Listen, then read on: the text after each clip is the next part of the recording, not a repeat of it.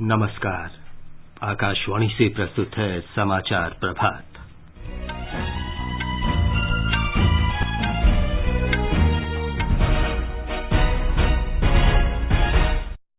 प्रधानमंत्री नरेंद्र मोदी आज प्रधानमंत्री किसान सम्मान निधि योजना की अगली किस्त जारी करेंगे। देशव्यापी टीकाकरण अभियान में अब तक 50 करोड़ 68 लाख से अधिक कोविड टीके लगाए गए। दिल्ली में आज से 10वीं और 12वीं कक्षा के विद्यार्थियों के लिए स्कूल आंशिक रूप से खुल रहे हैं। महाराष्ट्र सरकार ने कोविड के दोनों टीके लगवा चुके लोगों को 15 अगस्त से मुंबई उपनगरीय लोकल ट्रेन में यात्रा करने की अनुमति दी। तमिलनाडु में कोरोना संक्रमण के नियंत्रण के लिए नए दिशा निर्देश लागू। प्रधानमंत्री नरेंद्र मोदी आज शाम समुद्री सुरक्षा बढ़ाने के बारे में संयुक्त राष्ट्र सुरक्षा परिषद की उच्च स्तरीय बैठक की अध्यक्षता करेंगे। राष्ट्रीय अन्वेषण अभिकरण NIA ने जम्मू कश्मीर में आतंकवादी गतिविधियों के लिए धन मुहैया कराने के संबंध में 56 स्थानों पर छापे मारे। भारतीय खेल प्राधिकरण आज शाम नई दिल्ली के मेजर ध्यानचंद स्टेडियम में टोक्यो ओलंपिक के पदक विजेताओं को सम्मानित करेगा।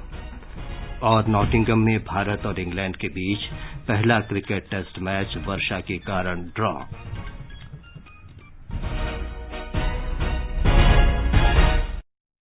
समाचार प्रभात में चंद्रिका जोशी के साथ मैं विमलेंदु पांडे। देश भर में 18 वर्ष से अधिक आयु वर्ग के लिए सरकारी केंद्रों में निःशुल्क कोविड टीकाकरण अभियान जारी है। युवाओं से आग्रह है कि टीका जरूर लगवाएं और अन्य लोगों को भी इसके लिए प्रोत्साहित करें। जब तक आवश्यक न हो घर से बाहर न निकलें और सुरक्षा के 3 सरल उपायों का पालन करें। मास्क लगाएं, 2 गज की सुरक्षित दूरी बनाए रखें और हाथ और चेहरा साफ रखें। कोविड संबंधी जानकारी और मार्गदर्शन के लिए राष्ट्रीय हेल्पलाइन नंबर 011-2397-8046 और 1075 पर संपर्क करें।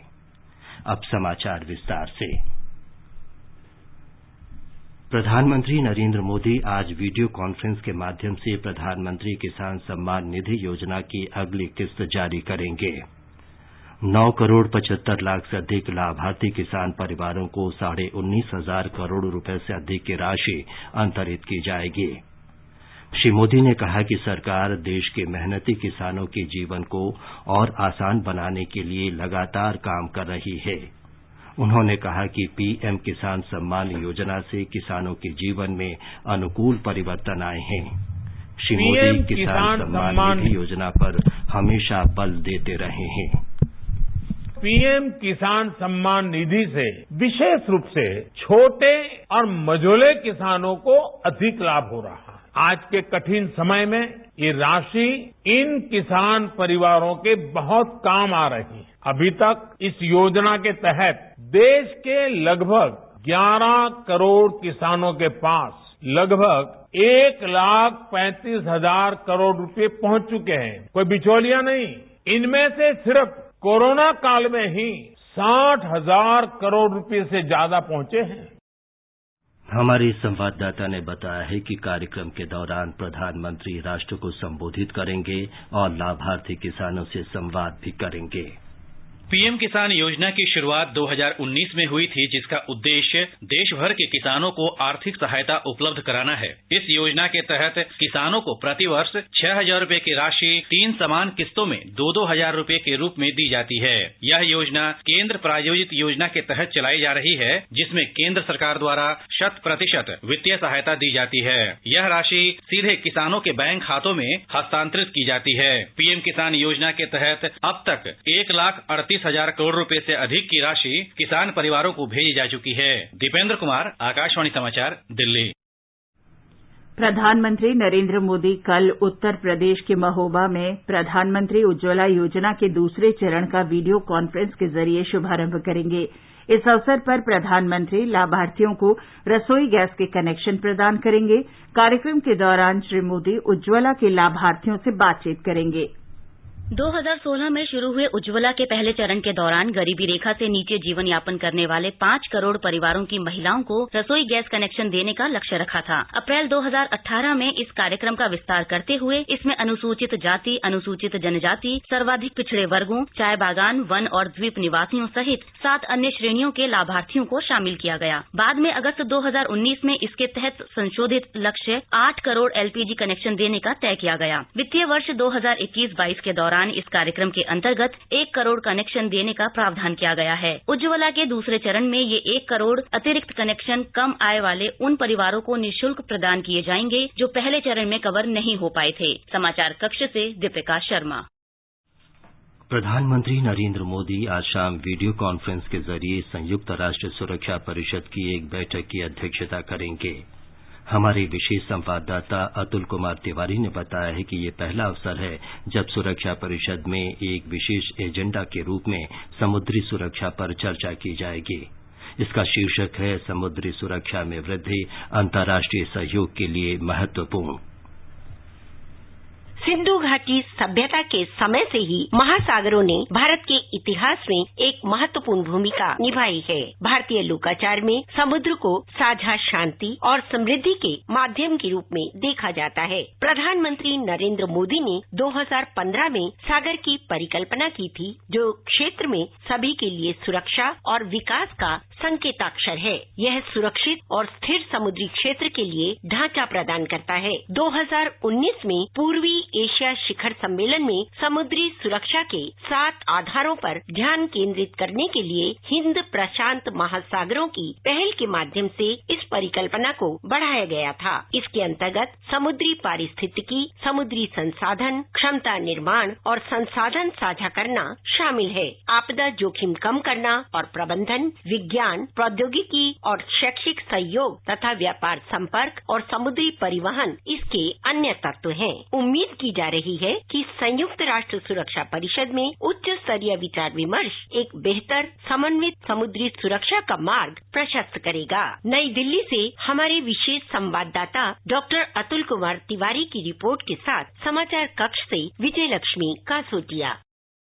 दक्षिण एशियाई क्षेत्रीय सहयोग संगठन सार्क के महासचिव एस्लारुवान वीराकुन आज नई दिल्ली में विदेश सचिव हर्षवर्धन श्रृंगला से मिलेंगे। वे विदेश राज्य मंत्री डॉक्टर राजकुमार रंजन सिंह से भी भेंट करेंगे। सार्क की स्थापना 1985 में क्षेत्रीय सहयोग संगठन के रूप में की गई थी। श्री वीराकुन श्रीलंका के राजनयिक हैं, जो मार्च 2020 से सार्क के महासचिव हैं। स्वतंत्रता दिवस के उपलक्ष्य में जारी श्रृंखला के अंतर्गत हम उन क्षेत्रों के बारे में जानकारी दे रहे हैं जिनका देश के नागरिकों के जीवन पर महत्वपूर्ण प्रभाव पड़ा है।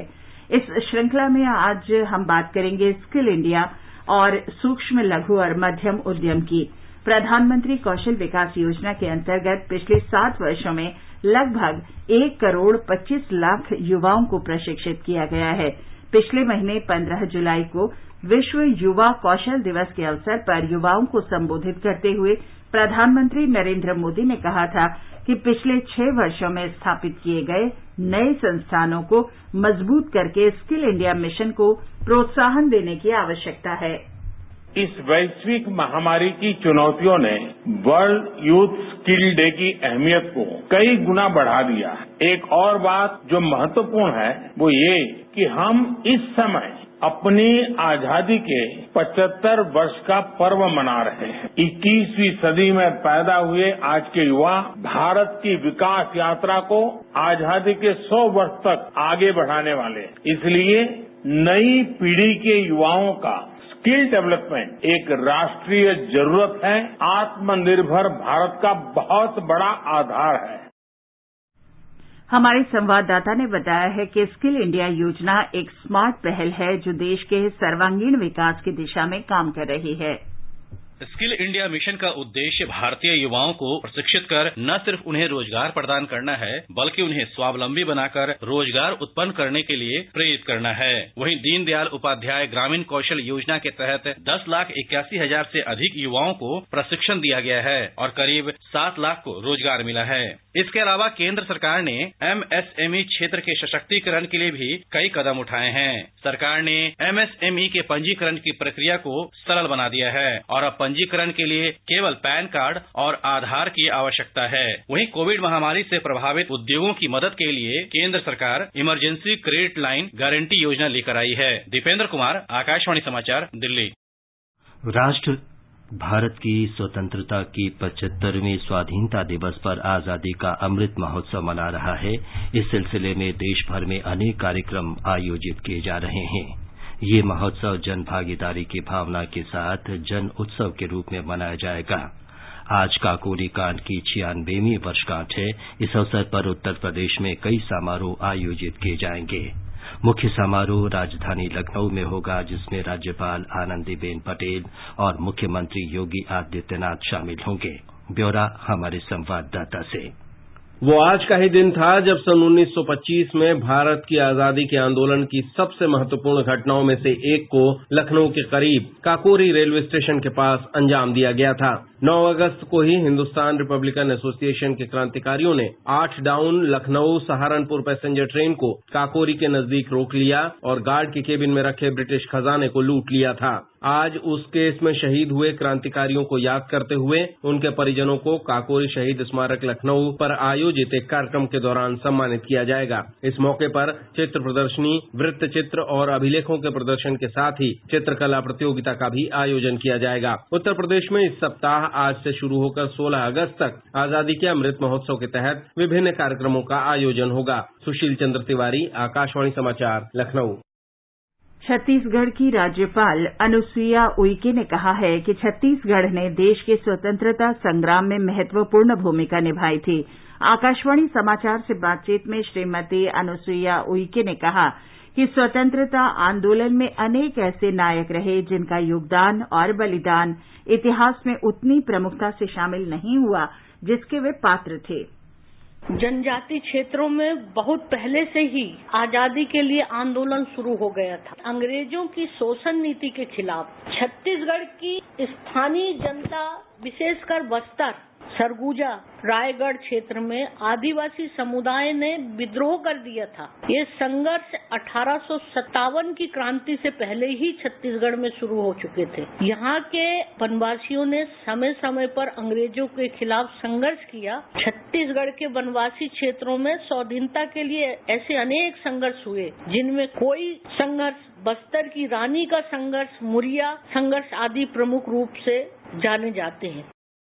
राज्यपाल ने कहा कि स्वतंत्रता का अमृत महोत्सव भारत के स्वतंत्रता आंदोलन और उसके भूले बिसरे नायकों के बारे में लोगों को जागरूक बनाने में सहायक होगा। प्रधानमंत्री श्री नरेंद्र मोदी जी ने स्वतंत्रता के 75वें वर्ष पूर्ण होने पर पूरे देश में अमृत महोत्सव मनाए जाने का महत्वपूर्ण निर्णय लिया है। इसके जरिए पूरे देश को अपने गौरवशाली इतिहास को समझने एवं हमारे स्वतंत्रता संग्राम सेनानियों के संघर्ष को याद करने का अवसर मिला है। राजधानी दिल्ली में कई दर्शनीय विरासत स्थल हैं और ये शहर आने वाले लोगों के लिए प्रमुख आकर्षण का केंद्र रहा है। एक भारत श्रेष्ठ भारत कार्यक्रम के तहत सिक्किम को दिल्ली से जोड़ा गया है। इसका उद्देश्य विभिन्न क्षेत्रों और संस्कृति के लोगों के बीच संबंधों को बढ़ावा देना है, साथ ही देश के विभिन्न राज्यों के लोगों के बीच विरासत और इतिहास को साझा करना है। आगे बढ़ने से पहले एक नजर मुख्य समाचारों पर। प्रधानमंत्री नरेंद्र मोदी आज प्रधानमंत्री किसान सम्मान निधि योजना की अगली किस्त जारी करेंगे। देशव्यापी टीकाकरण अभियान में अब तक 50 करोड़ 68 लाख से अधिक कोविड टीके लगाए गए। दिल्ली में आज से 10वीं और 12वीं कक्षा के विद्यार्थियों के लिए स्कूल आंशिक रूप से खुल रहे हैं। महाराष्ट्र सरकार ने कोविड के दोनों टीके लगवा चुके लोगों को 15 अगस्त से मुंबई उपनगरीय लोकल ट्रेन में यात्रा करने की अनुमति दी। तमिलनाडु में कोरोना संक्रमण के फैलाव को रोकने के लिए नया दिशा निर्देश लागू। प्रधानमंत्री नरेंद्र मोदी आज शाम समुद्री सुरक्षा बढ़ाने के बारे में संयुक्त राष्ट्र सुरक्षा परिषद की उच्च स्तरीय बैठक में अध्यक्षता करेंगे। राष्ट्रीय अन्वेषण अभिकरण NIA ने जम्मू कश्मीर में आतंकवादी गतिविधियों के लिए धन मुहैया कराने के संबंध में 56 स्थानों पर छापे मारे। भारतीय खेल प्राधिकरण आज शाम नई दिल्ली के मेजर ध्यानचंद स्टेडियम में टोक्यो ओलंपिक के पदक विजेताओं को सम्मानित करेगा और नॉटिंघम में भारत और इंग्लैंड के बीच पहला क्रिकेट टेस्ट मैच वर्षा के कारण ड्रॉ।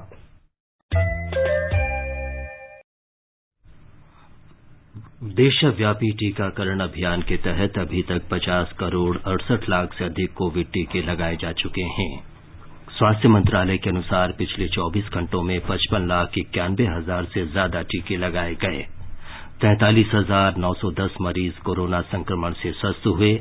स्वस्थ होने की दर 97.39% हो गई है। दिल्ली में आज से 10वीं और 12वीं कक्षा के विद्यार्थियों के लिए स्कूल आंशिक रूप से खुल जाएंगे।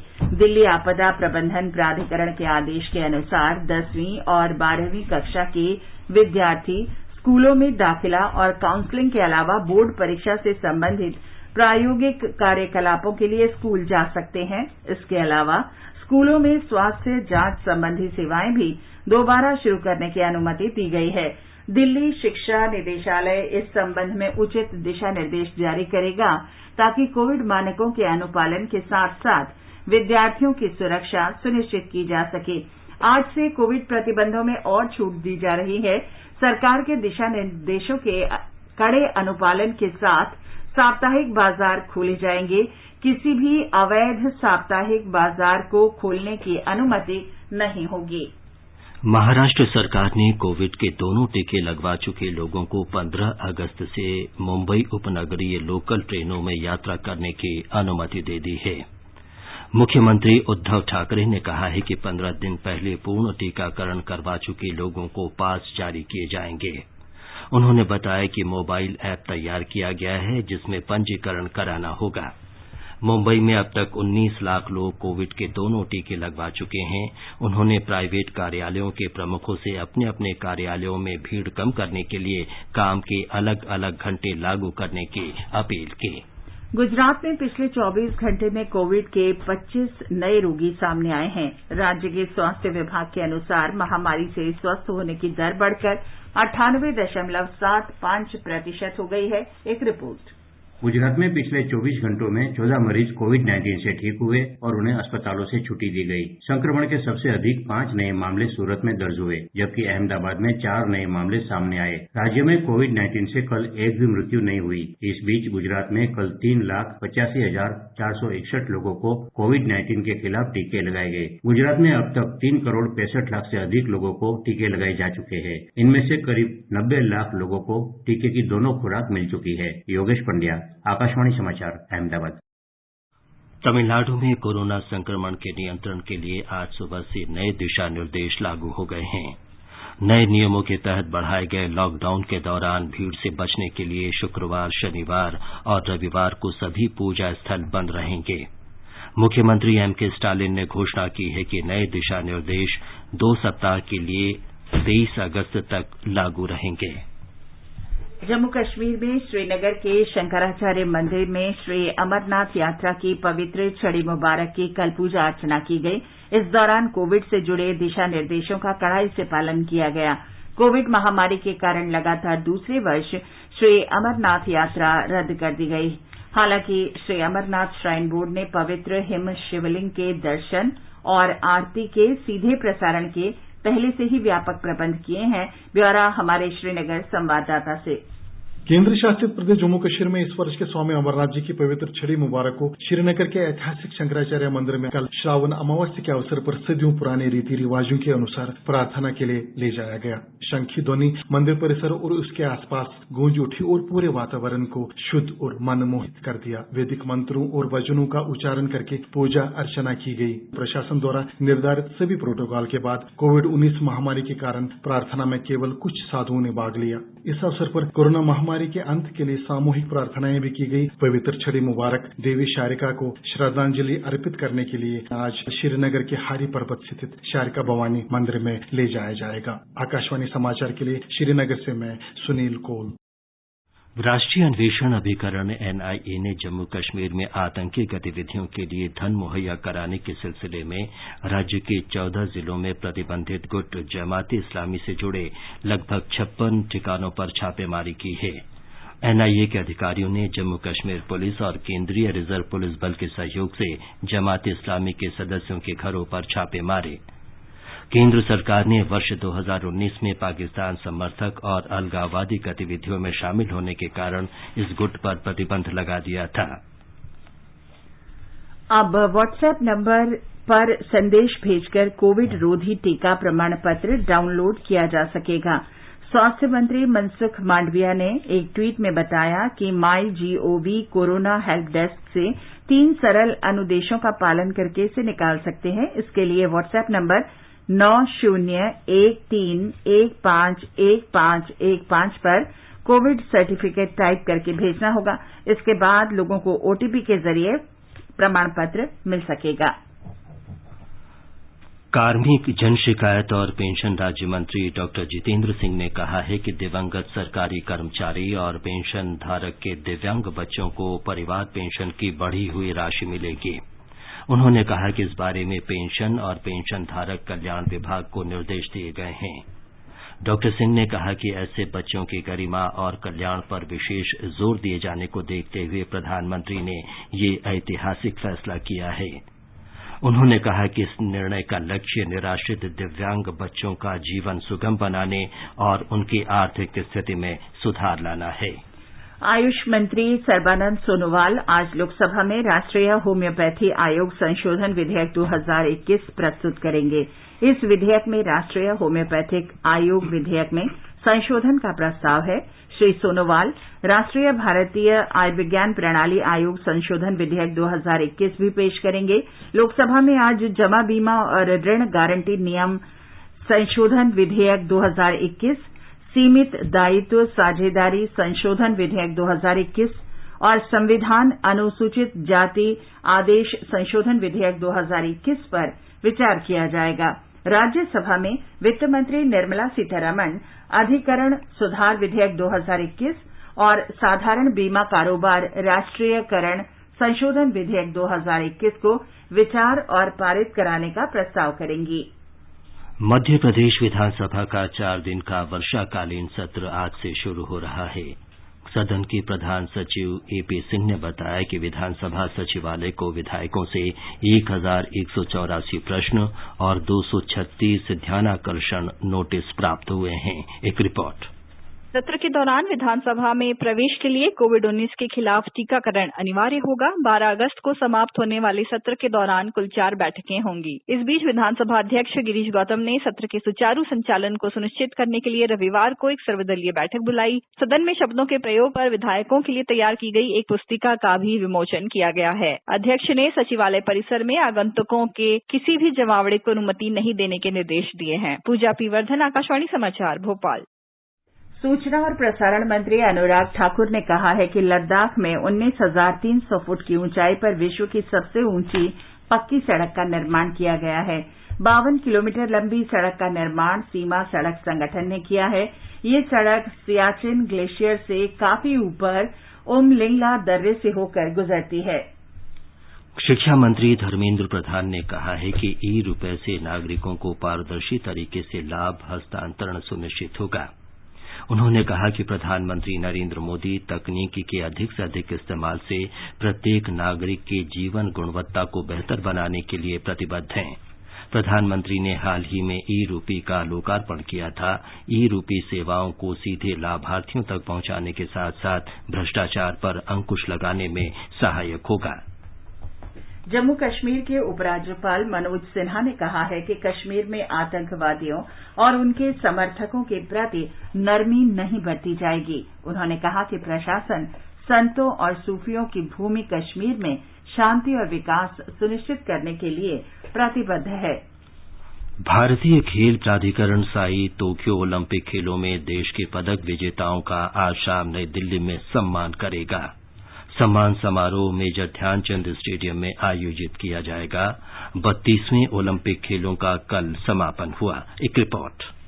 टोक्यो ओलंपिक खेलों का कल रंगारंग समापन हो गया। समापन समारोह में जापान की संस्कृति और परंपरा की झलक एक बार फिर से देखने को मिली। वैश्विक महामारी कोविड के दंश के बीच 11,500 से अधिक एथलीट, 60,000 से ज्यादा अधिकारी और कार्यकर्ता तथा मीडिया कर्मी विश्व के सबसे बड़े खेल महाकुंभ में जुटे। एथलीटों ने पूरी दुनिया में खेल के प्रति जुनून, मित्रता और एकता की भावना की चमक बिखेरी। समापन समारोह में कांस्य पदक विजेता पहलवान बजरंग पुनिया भारतीय दल के ध्वजवाहक थे। टोक्यो ओलंपिक भारत के लिए अब तक का सबसे सफल ओलंपिक रहा। भारत ने इस बार 1 स्वर्ण, 2 रजत और 4 कांस्य सहित 7 पदक जीते। नीरज चोपड़ा ने भाला फेंक में स्वर्ण पदक जीता, जबकि मीराबाई चानू ने वेट लिफ्टिंग में और रवि दहिया ने कुश्ती में रजत पदक हासिल किए। बैडमिंटन में पीवी सिंधु, कुश्ती में बजरंग पुनिया, बॉक्सिंग में लवलीना बोर्गोहेन और पुरुष हॉकी ने देश के लिए कांस्य पदक जीते। पदक तालिका में भारत 48वें स्थान पर रहा। अमेरिका 39 स्वर्ण के साथ पहले, चीन 38 स्वर्ण लेकर दूसरे और मेजबान जापान 27 स्वर्ण पदकों के साथ तीसरे स्थान पर रहा। समाचार कक्ष से मैं हिमांशु कांडपाल।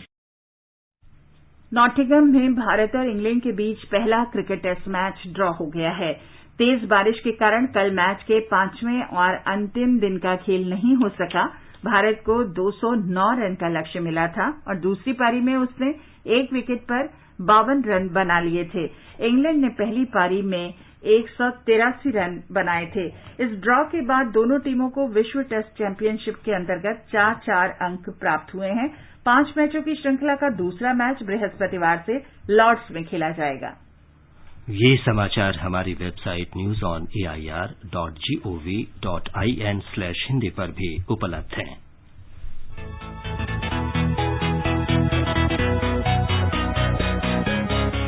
दुनिया रंग बिरंगी, खट्टे मीठे रसीले समाचारों का सतरंगी खजाना आकाशवाणी पर। खबरें होंगी हटकर, जानेंगे कुछ अलग, हंसेंगे खुलकर, करेंगे सजग। सुनना न भूलें सोमवार और मंगलवार 8 सवेरे तथा शनिवार और रविवार कार्यक्रम परिक्रमा में। चंद्रिका, आप बताएं कि आज के समाचार पत्रों में क्या विशेष है? जी विमलेंदु, कोविड महामारी पर भारतीय आयुर्विज्ञान अनुसंधान परिषद का अध्ययन अखबारों की अहम खबर है। हिन्दुस्तान का शीर्षक है, कोविशील्ड के साथ कोवैक्सीन प्रभावी, मिश्रित खुराक संक्रमण रोकने में ज्यादा असरदार। 5 टीकों को मिल चुकी है देश में आपात मंजूरी। दैनिक भास्कर की सुर्खी है, अमेरिका में कोरोना इमरजेंसी, 6 महीने पहले की तरह प्रतिदिन 1 लाख मरीज मिल रहे हैं। अमेरिका के 40% मरीज टेक्सास और फ्लोरिडा में हैं। अमर उजाला की खबर है, प्रधानमंत्री नरेंद्र मोदी ने सभी मंत्रालयों के लिए तय किया 3 साल का एजेंडा, कामकाज की प्राथमिकता तय। स्वतंत्रता दिवस के बाद बैठक में होगी विस्तृत चर्चा, सचिवों की भी जवाबदेही होगी तय। वित्त, स्वास्थ्य, उद्योग और कृषि मंत्रालयों पर मुख्य चर्चा। लोकसत्य कहता है, प्लास्टिक से बने झंडों पर लगाएं रोक। स्वतंत्रता दिवस से पहले केंद्र ने राज्यों को दिया निर्देश। सरकार का कहना है कि प्लास्टिक से बने तिरंगे का उचित निपटान सुनिश्चित करें। जनसत्ता की सुर्खी है, जमाते इस्लामी के ठिकानों पर एनआईए के छापे, आतंक के लिए वित्त पोषण मामले में जम्मू कश्मीर में बड़ी कार्रवाई। जमाते इस्लामी काफी समय से राष्ट्र विरोधी और विध्वंसकारी गतिविधि में शामिल रहा है और आतंकवादी गुटों को धन मुहैया कराता रहा है। नवभारत टाइम्स का शीर्षक है, जजों की मानहानि के केस में सीबीआई ने 5 को पकड़ा। आंध्र प्रदेश हाईकोर्ट के न्यायाधीशों के खिलाफ सोशल मीडिया में अपमानजनक टिप्पणी की। जनगणना आयुक्त और महापंजीयक की रिपोर्ट के हवाले से राजस्थान पत्रिका लिखता है, आबादी में घट रहा है युवाओं का अनुपात। वर्ष 2031 तक 13.1% बुजुर्ग होने का अनुमान। आधी आबादी 25 वर्ष या इससे अधिक। कुल आबादी में 25 वर्ष से कम उम्र के युवाओं का अनुपात 46.9%। दैनिक जागरण का शीर्षक है, सरहद पर पहली बार आईटीबीपी की कमान संभालेंगी 2 महिला अफसर। अंत में मुख्य समाचार एक बार फिर। प्रधानमंत्री नरेंद्र मोदी आज प्रधानमंत्री किसान सम्मान निधि योजना की अगली किस्त जारी करेंगे। देशव्यापी टीकाकरण अभियान में अब तक 50 करोड़ 68 लाख से अधिक कोविड टीके लगाए गए। दिल्ली में आज से 10वीं और 12वीं कक्षा के विद्यार्थियों के लिए स्कूल आंशिक रूप से खुल रहे हैं। महाराष्ट्र सरकार ने कोविड के दोनों टीके लगवा चुके लोगों को 15 अगस्त से मुंबई उपनगरीय लोकल ट्रेनों में यात्रा करने की अनुमति दी। तमिलनाडु में कोरोना संक्रमण के नियंत्रण के लिए नए दिशा निर्देश लागू। और प्रधानमंत्री नरेंद्र मोदी आज शाम समुद्री सुरक्षा बढ़ाने के बारे में संयुक्त राष्ट्र सुरक्षा परिषद की उच्च स्तरीय बैठक की अध्यक्षता करेंगे। इसके साथ ही समाचार प्रभात का ये अंक समाप्त हुआ। नमस्कार।